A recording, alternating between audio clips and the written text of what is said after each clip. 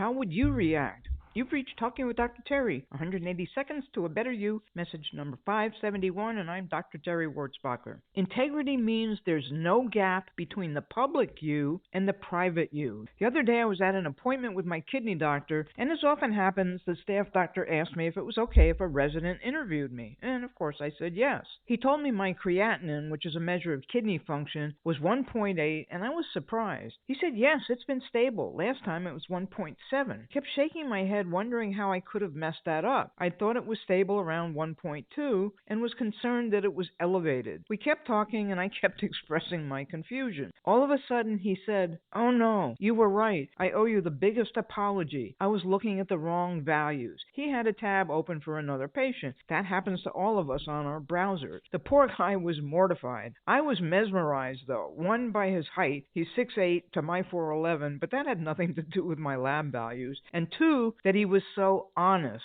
I could see how horrible he was feeling, and I told him he should be proud of himself for A, recognizing the error, and B, admitting it. I explained two rather uncomfortable stories I'd had about doctors and corpsmen who had lied about medical things. We call it radioing the results. One of my doctors wrote that he had done a neurological exam and a GYN exam, and he hadn't done either, and worse yet, he was upset that I reported him. Anyway, this resident and I talked for a bit, and I think he got the point. I felt very close to him, strangely, because he admitted his mistake. It wasn't a conscious decision on my part to feel close to him, but I think it was just that my value system met his and they meshed. Our vibrations were on similar planes. What I hope more than anything is that he learned a valuable lesson from this. It's okay to be human. We're all human, but we need to own up to our mistakes. Integrity at its core is doing what you said you'd do even when no one's checking, and being the same person in every room. It's alignment between values,